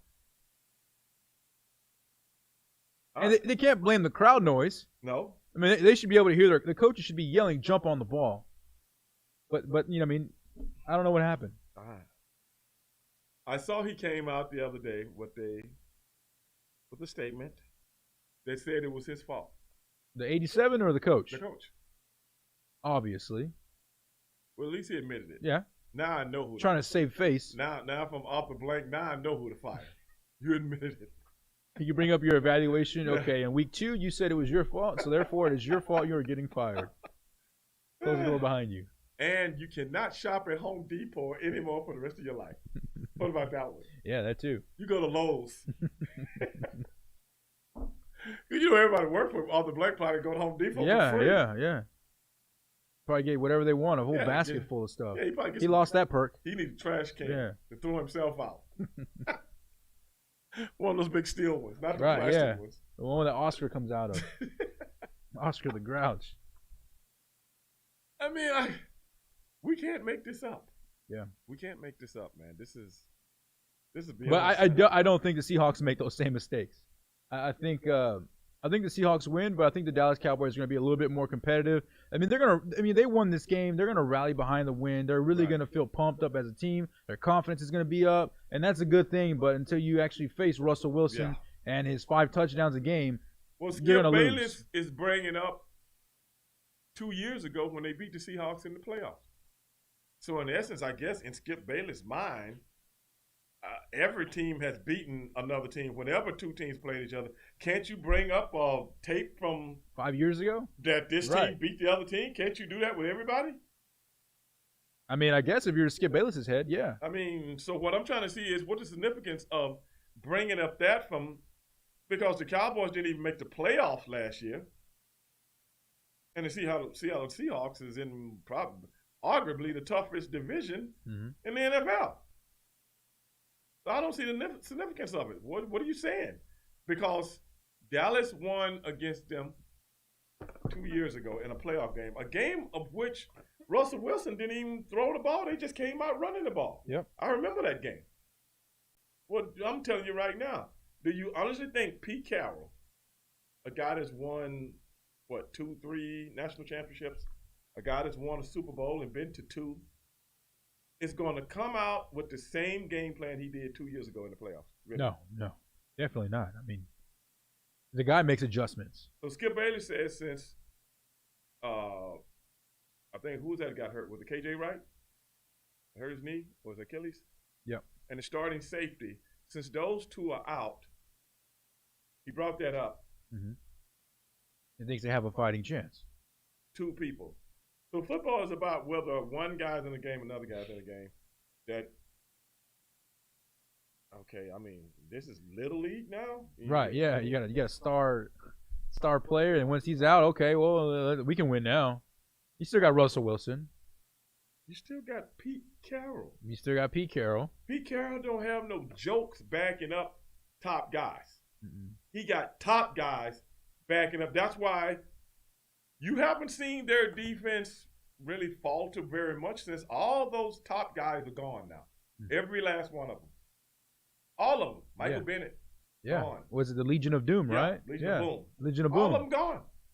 That defense still other than Bobby Wagner and KJ Wright, all those guys. Yeah, they got rid of Sherman. It was who was the other guy in the safety? Who was that? Cam Chancellor. Chancellor. Yeah, he's gone. There we go. Producer knows what we're talking about. What did he say? Oh yeah, all of them. Earl Thomas. Well, Brandon Brown was the first to go, but who they replace him with? They replaced him with somebody. I mean, the thing is, when Pete Carroll looks at a pro team, similar to how he looks at a college team. It might be one or two guys that's irreplaceable. Right. Everybody's replaceable. Everybody. And that's why he don't care about letting them go.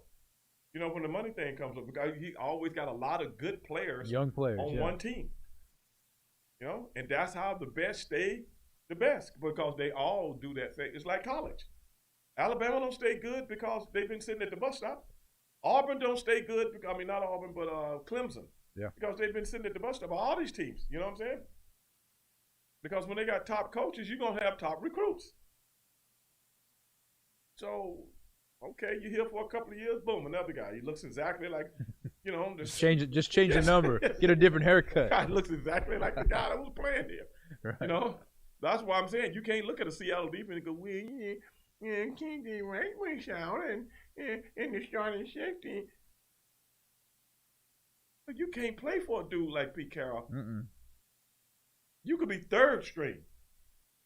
When you get in the game, you better hold your own. Other than that, you won't be around very long. You won't be around. Like Carson. Got him turned into a top running back. Yeah. And, I mean, you know, Doug Baldwin and all those guys. Those guys weren't even drafted. Tyler Lockett. He was drafted, but he's a top guy now. Yeah. I mean, golly, and you got that DJ Metcalf. What is he going to that be? guy, I want to see him and LeBron James, like, in a cage. Lock those two dudes up, put them in a cage, UFC 299. I mean, come on. That's money right there. Oh, my goodness, man. That's body versus body. Oh, man, that's another genetic freak. You see him warming up before the game? I mean, the guy's catching over the goalpost. I mean, just hanging out, just casually jumping. Goodness, man. I was like, is that real? Was that superimposed? Yeah, I thought it was one of those like one of those graphic that you can make up or something. I was like, is that really this dude jumping that? I'm like, goodness. Didn't even load up. I mean, the guy's just like casually jumping. Wow, man. But hey, that's the one I'm done. So you think the Seahawks win this game? I think the Seahawks win this game. I think they show their dominance. I think that, to me, they're a better football team overall. I mean, you got a quarterback who's going to make the plays, whether they're up or down. I think they know how to navigate and manage their team.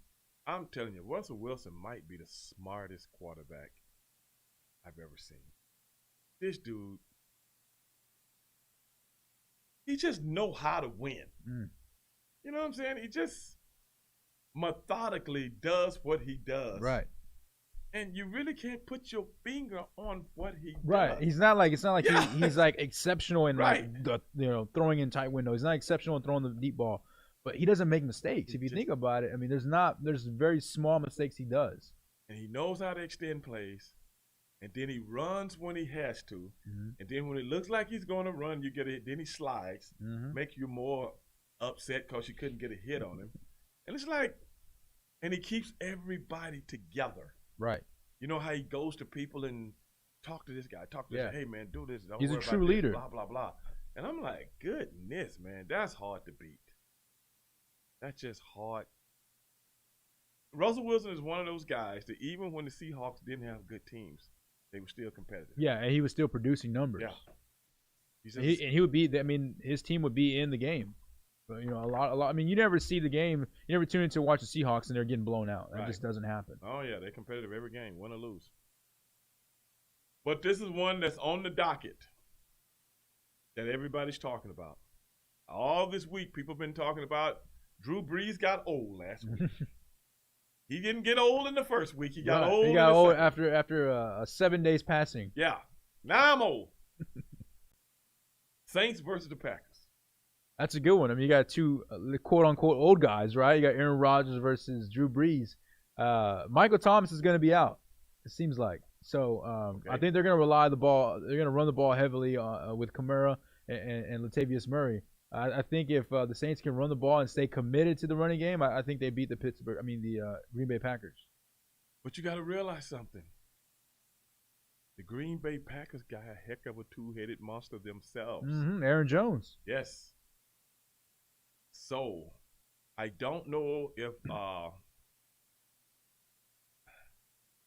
this is going to be an interesting game. I think whoever dominates the time, going to be a different. Whoever dominates the time to me is going to win, because I mean the Packers, they have like you said, they have a really good running game. Aaron Jones he's a workhorse. He can run the ball 30 times a game. Right. Same thing with Kamara. Right. So I think whoever has the ball more, it wins the game. And it's one of those games where Drew Brees can make a play, and so can Aaron Rodgers. Right. But did Drew Brees get old? No, I don't think so. I think he had. I mean, this guy's human. Did he has he off get weeks. old? He has an off week. I mean, give him some slack.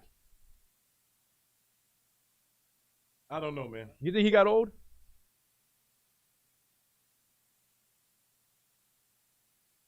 I think he relies on Thomas so much, and Thomas wasn't there. That's what I think. Yeah. That he panicked. Yeah, that could happen. Because they haven't had any offseason. I mean, no preseason, rather. Right. So I think it was kind of hard for him to mesh because, if you look at the game against Tampa Bay the first week, he missed a lot of stuff that game. He got a lot of stuff, but he missed a lot of stuff. So I think last week it kind of got to him. But young Derek is throwing the ball. Young Derek looked good the other night, man. But for the Las Vegas team, the team. Yeah, Derek Carr. Yeah. But check this one out, man. Cleveland versus Washington. You had a pretty good quarterback play last week with Dwayne Haskins. I mean, he's looking. You talk about a week's difference. He looked pretty good. Yeah, but what happened to him? Now they got 8 sacks in the first game. Yeah. What happened to that? What, those guys go to sleep the next week or what? You get 8 sacks one week and you can't do anything the next. What's up on that? Maybe they found a hole. I don't know. I'm trying to figure that out. And everybody, this Washington defense. Yeah. They're so smothering. Well, they look like they just got to eat smothered chicken. You know what I'm saying? Before they went out to work last week. Yeah. What's with that? They actually got downgraded. Yeah. Yeah, they came back to earth, so to speak. All their special juice ran out. You know what really gets to me? Is how everybody's making these assumptions 2 weeks into the season. Yeah. Kyler Murray is an MVP candidate? I think people are just missing football so much that they get a small dosage of it that they just make these assumptions and say these radical things. Because, I mean, for a while, we weren't looking like we were going to have football. And so now you get blessed with 2 weeks. You don't know how much longer we're going to get this, Stevie Ray. So you got to make your crazy assumptions now. Yeah, I guess you're right. They pull the rug. You guess you're right. But I got Cleveland winning that game, actually. You got Cleveland? I got Cleveland. I'm going to watch that game. Yeah. I'm going to make it my business. If I don't watch it, I'm going to tape it. Because I have to come back next week, and I'm going to have a full evaluation on the Washington football team. Right. Yeah, that's what they're called, literally. Yes, the Washington football team. I'm going to have a full evaluation. And I'm going to let the whole world know as to what I think about the Washington. Because I haven't really watched them. I stopped watching them when Kirk Cousins left. Right. I was a big Kirk Cousins fan, still am. But ladies and gentlemen, we're going to be back right here on Straight Shooting with Stevie Ray, the world's most dangerous podcast. And we're going to be going into our last segment. We'll be right back.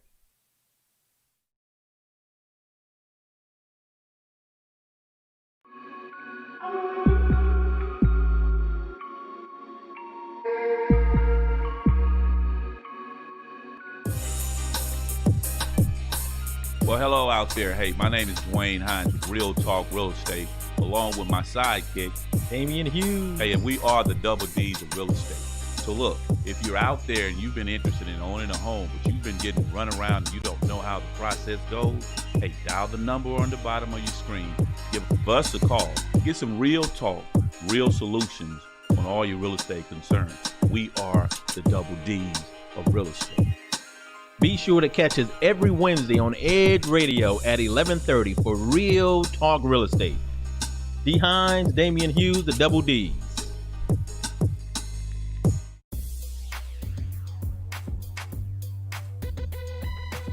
The Natural Nation Network is really about taking control of your health physically, spiritually, emotionally, even intellectually, because there's so much out there in misinformation. There's a lot of people now that are suffering from all sorts of diseases that they really wouldn't have to suffer for if they had better information. And that's what we're here to do. Provide information that can save lives. The mind and the body are totally connected. Health can be really serious, and you know, sometimes we just have to lighten it up a little bit while we're still providing substantive information. And you know, my sort of mantra on the salsa dance floor is kind of similar. You know, I tell somebody, if you make a mistake twice, it becomes a move. Okay? Tune into Natural Nation every Tuesday at 11 a.m. 5, 4, 3, 2, 1, 0, ignition, liftoff. Don't push me because I'm close to the edge. I'm trying not to lose my head. Hey, this is the Talk About Unity show where I bring the talk. And I bring the unity. And together we talk about unity. Unity is what matters. Come on. And right now in our country, that's what we've got to do. So we do that here at Talk About Unity on the Edge Radio Network. Be with us every week. It's going to be awesome. It always is. And I tell you what, the more we seek first to understand, then be understood, we make progress. And we like to do that. And that's why everybody's on the brink. We love what we do at Edge Radio because everybody's on the edge. We bring them back from the edge and we bring the unity. So we're just glad to Edge Radio Network every Tuesday morning, 10 a.m. Talk about unity because here at Edge Radio Network, truth still matters.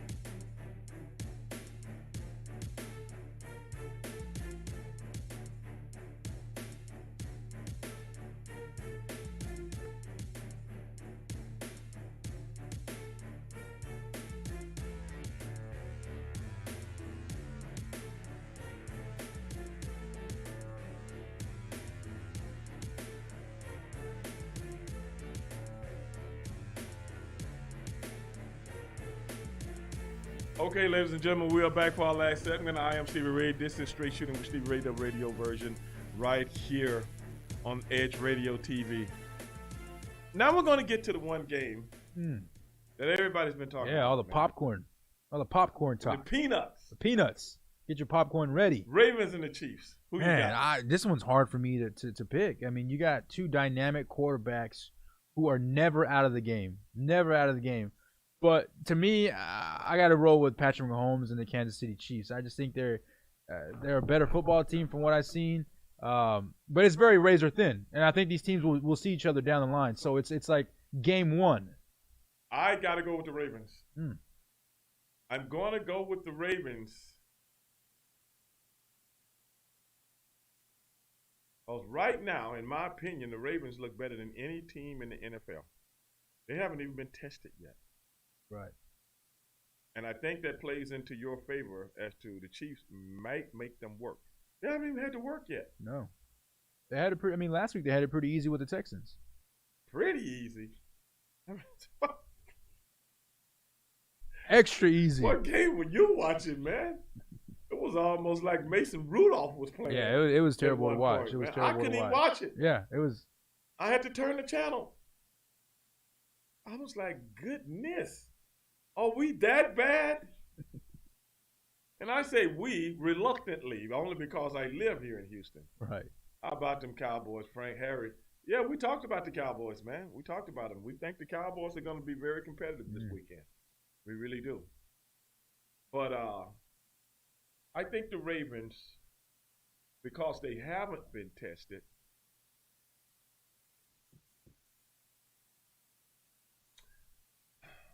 they owe Kansas City. Lost to them twice. Yeah, I mean, they got that chip. They got that little brother chip on their shoulder, the Ravens do. Well, this is the thing that's getting me. I heard Skip Bayless say,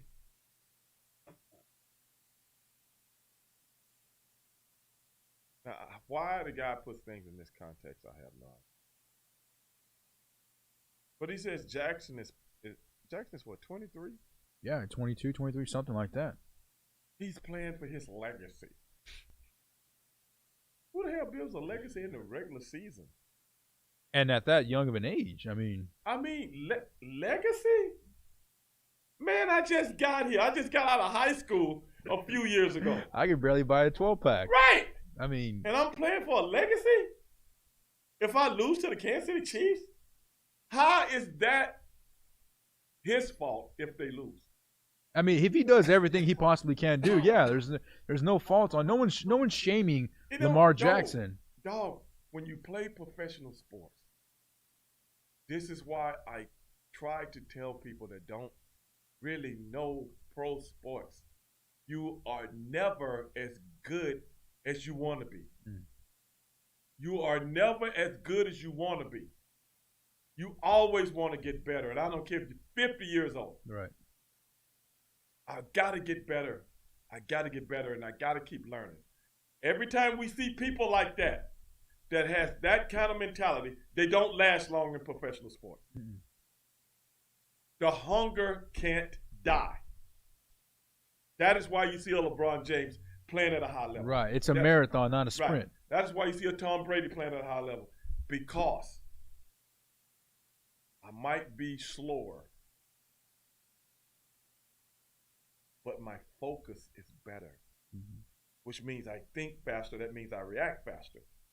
Whereas when you're young, just your physical prowess can make up the difference. You see things that you couldn't see years ago. Right. So what do you think a 23-year-old guy, how much learning does he have? It's astronomical. And I heard Skip Bayless, this nincompoop, ninny, numbskull, any N word you want to call him as far as I'm concerned. Any of them that describes this man. Nitwit. Yes. I think it's very important because he's playing for his legacy because he said he didn't play very good in the playoff game last year. What player actually is thinking about yesterday? You ain't got time to think about yesterday. Even that, like what player goes into the one game number 3, week 3, saying, oh man, this is for my legacy. I got to win this one. Forget all the other games. Right. This game right here is for my legacy. No player thinks that. They're thinking about getting a win. Well, then they were talking about rivalry. Is this a rivalry? The only time, just like Shannon Sharp said, the only time it can be a rivalry is when we play in the playoffs. Right, for meaningful games. That is why you have certain teams like the Dallas Cowboys and the Washington Redskins. They will always meet when it meant something. And we played in the same division. Mm-hmm. The Pittsburgh Steelers and the Ravens. It always meant something. We kill each other during the season. Now we got to see each other in the playoffs. Mm-hmm. I'm keeping you from going to the Super Bowl. You trying to keep me from going. That is a rivalry. Right, yeah. Tom Brady going up against Peyton Manning in the playoffs. That is a rivalry. Because you want what I want. I don't want what you want regularly. You don't want to beat you. You want to beat me. But you ain't going nowhere. I ain't going nowhere. They number game 3. I'm 23 years old, man. I can barely buy a 6-pack. You think I'm thinking about a legacy? I just got here. I just got out of high school. Right, yeah. A few years ago. I'm serious. I think 18 to 23, that ain't but 5 years. I honestly think Lamar Jackson is thinking about getting the new PS5 more than he's thinking about his legacy. Let's be honest. I don't understand this dude, bro. This dude is senile. I'm convinced of it. Mm-hmm. This dude is senile. Lamar Jackson is thinking about his legacy at 23 years old. And I didn't start but half the season year before last. And I started last year in a new offense that they let me run. So I really just got a chance to learn it. Now I'm playing for my legacy. Do or die. Game 3. Week 3, sorry. Can you believe that? I think Skip Bayless should be given a 1-week ticket to Cleveland. And we should be seeing him walk. Right. The elephant walk. And not a round trip, just a one-way. Yeah, one way, because he ain't coming back. No. This man is a numbskull, bro. Just like when he was talking about Dak Prescott and the depression. Yeah, that he was going through. How insensitive is that? You're an idiot. You're a straight up punk. Right, yeah. I don't think he should be saying that because quarterback is the most important position in sports. You are a leader of men, and I don't think he should have came on set. I think you should be evaluated for mental depression right now. And I'm not talking about. I think you should be in a straitjacket somewhere. Yeah, you know? I mean, and everybody like really picked him apart on social media, and he didn't even realize how stupid. Stupid it was. And then, but Dak Prescott's got so much support from multiple players, right? Different types of positions, offense, defense, whatever. I mean, for Skip Bayless to say that is just like you said, was it nincompoop? Nincompoop. I'm still trying to get over the death of my mother. My brother commits suicide. I got the pressure of all these things and still want to perform as a top athlete in the and one of the top teams in the NFL. Right. I mean, these teams with that. Right. And Skip Bayless, this walking ninny, comes out and say, I don't think I'm really not supporting that. I don't think he should have came out. And I know people are going to get all of. You actually think you're trying to tell somebody something. You actually think you are edifying someone. Mm-hmm. He actually does. He actually think I'm saying some smart stuff right now. And then when the you know what hit the fan, I didn't let him talk the next day. What I was saying is if you are feeling any kind of mental depression, you should seek help. Mm-hmm. Then why aren't you seeking help? I mean, Sigmund Freud couldn't have helped this guy, man. This guy's almost gone. He's gone. I think he's a laughingstock, and he doesn't even know it. He's not respected by any athletes, and he honestly think he's getting over by being a natural contrarian. Mm-hmm. If you see what I'm saying. Right, yeah. He think that's his stick. If I'm a natural contrarian, it's gotten you this far, but now, you know what I hate? What's that? Let me tell you what I hate. When I listen to someone talk and they evaluate something, mm-hmm. and when they finish with their evaluation, I feel like the dumbest person on earth. Angel, I don't like feeling like the dumbest guy on earth. I don't like that, man. Angel, I pride myself on kind of knowing a little about a lot. Right. And I know I'm a good person when it comes to comprehension. I'm very good at it. I practiced on it for years to comprehend what I'm listening to and try to put it together in my head. Angel, I've worked on it for years. You know why? Because I told myself once, I'll never be the dumbest guy in the room. But when I get through listening to Skip Bayless, you know what I feel like? You feel like the dumbest guy in the room. I feel like the dumbest guy in the room. Do you know what that feels like? That's why I don't watch Skip Bayless. I don't want to feel like the dumbest guy in the room. So what I do when I see his Jordan sneakers and his fake gold chain or his that he bought from the little kid vending machine, I turn the channel. I turn it off. I'm a big fan of Shannon, though. Yeah, I like Shannon. Shannon keeps it real. Man, a lot of people just don't know, man. Not a good feeling. When I can listen to a man talk for 5 minutes and then I'm asking myself, what? What is this? What did he say? And the worst part about it is you can't call the guy out. You can't even have that dialogue with him because he's, I don't know, in Cleveland, wherever the hell he's at. Yeah, he should be in Cleveland. I mean, that should be cruel and not unusual, but cruel and usual punishment for him. Yeah, definitely. Send him to Cleveland. Ladies and gentlemen, we had another one. Frank said, how about them Cowboys, man? We talked about them. Hopefully the Cowboys have a good game. I want to see a good game. I want to see a good game, too. And I think that one's on Sunday Night Football, right? And then the Ravens and the Chiefs are on Monday night. I I think the Saints are on Sunday Night Football. Mm. And against the Packers. I Either think way. Dallas plays in the afternoon. 3:30, 3:25, something like that. And the Monday night game, who's the Monday night game? I want to say it's the Ravens and the Chiefs. Ravens and Chiefs is Monday. Yeah, that's right, Monday. So there you have it, ladies and gentlemen. Hopefully we talked about a few things that you would like to talk about. But like I said, we're going to have a first annual voting registration right here, voting registration drive, right here at the Midtown Bar and Grill, 415 West Gray Street, Houston, Texas. Come down. We got music. We got food. We even got art gallery set up for you guys that's into those kind of things. And any parting words before we go, brother? No, we want to see everybody out here at this voter registration. I mean, I think it's very important to get your voice heard, and that's the way that us as a society, us as a community can make a change. It starts with voting. That's right, brother. Starts with voting.